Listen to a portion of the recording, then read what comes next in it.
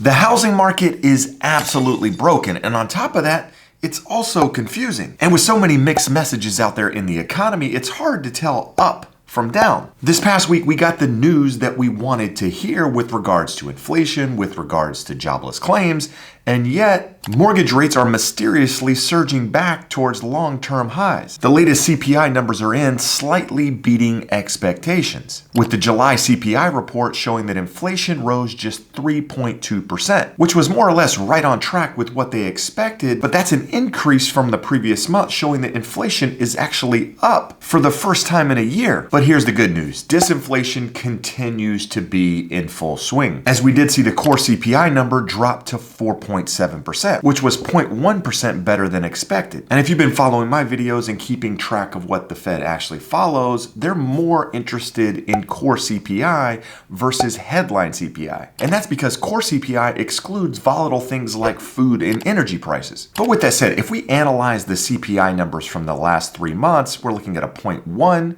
a 0.2, and another 0.2, which means that if we stay on that same pace, we'd have an annualized rate of somewhere around 1.9%, which would be slightly below the Fed's target of 2%. But even with inflation headed in the right direction, and with the economy only showing moderating growth in jobs, adding just 187,000 in July, along with U.S. jobless claims spiking to the highest levels we've seen in nearly a month, we're still seeing the Treasury yields rise to the highest levels that we've seen in a very long time. So over the past couple of months, we've been talking about as inflation eases, as we start to see some breakdown in the economy and jobs, we should start to see Treasury yields come down, which in turn should lead to lower interest rates. And this is where things get really, really confusing. And that's because we did see inflation come down. In fact, a little bit more than expected. And along with that, we did see jobless claims rise by nearly 21,000, taking it to 248,000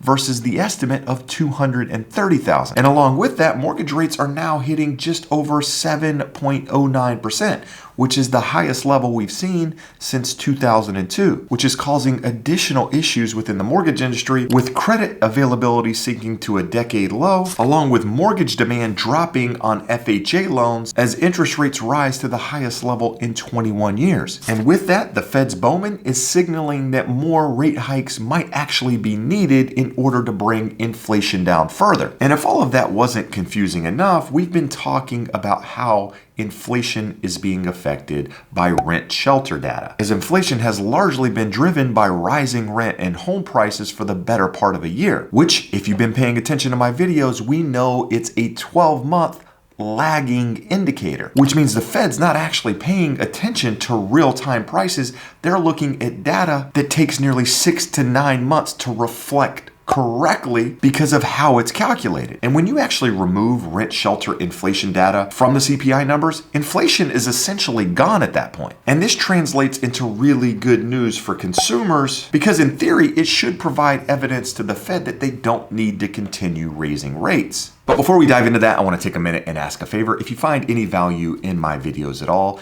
do me a favor and hit that thumbs up. Not only does it support the channel, shows me that you like this content, but it also helps the YouTube algorithm. And feel free to subscribe to the channel to stay updated on everything real estate related. And I want to take a minute here and actually highlight the rent shelter data in a little bit more detail. The shelter inflation data is still up year over year, but it's sitting at 7.69%.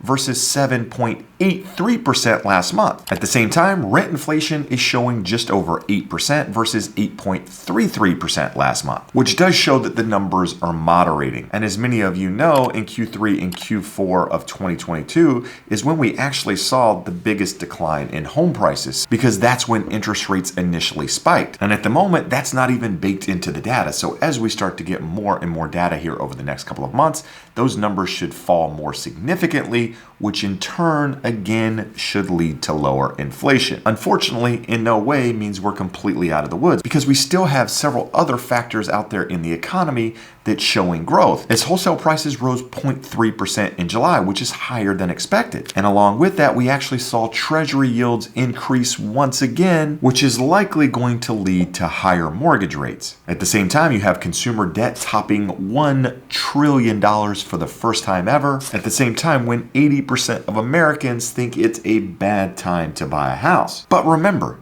It's all relative. If you're comparing it to 2 years ago, yeah, it could be a very bad time to buy a house. But if you're comparing it to 2 years in the future, now might be the best time to buy a house. And that's because Compass CEO Robert Revkin says that next year's real estate market is probably going to look a lot like this past year's real estate market. And the reason he says that is because we're not likely to see any big change in inventory.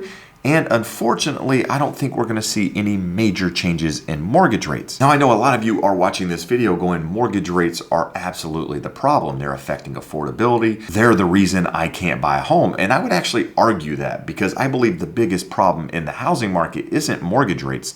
The biggest problem is the lack of available inventory. In fact, if you take a look at this chart here, you can see that we don't have new listings coming to the market. We have nearly 21% less homes coming on the market this year than we did last year, which is the lowest number ever recorded. And in order to see inventory increase, you actually need new listings coming to the market. In fact, the only reason that we saw the number of homes increase this past week by 3,000 homes wasn't because of new homes coming to the market. It was because that homes that are on the market are actually sitting longer. And that's likely due to less buyer demand out there. There's some seasonality playing into that, along with mortgage rates affecting affordability. So when I say the housing market is broken, I'm saying it's broken because we need more homes on the market. More homes on the market with higher interest rates likely leads to lower house prices. But with that, you need a lot more homes coming on the market. A home that comes to the market where there's a seller, but they're also a buyer doesn't really help the market, right? It does add some inventory.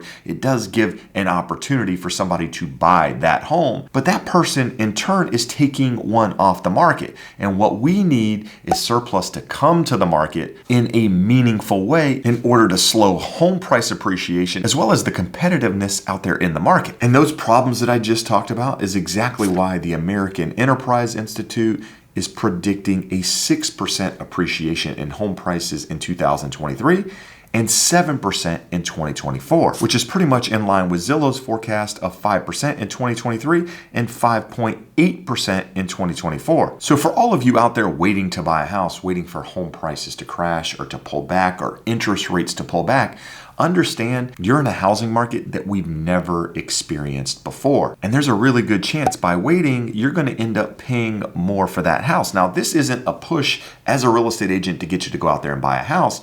It's just making you aware of what's actually happening in the housing market. And that's because we're not likely to see a lot more inventory come to the market, which means that even if interest rates do go up higher, you're not likely to see home prices really fall. It's going to create more stability in the market because those that would consider selling are going to stay in place. And on the flip side, when rates end up coming down, which they're going to, that's going to lead to more buyer demand and in theory going to continue to push home prices up. And that's why the American Enterprise Institute, that's why Zillow are forecasting home prices to go up higher because they don't see a big change happening in inventory.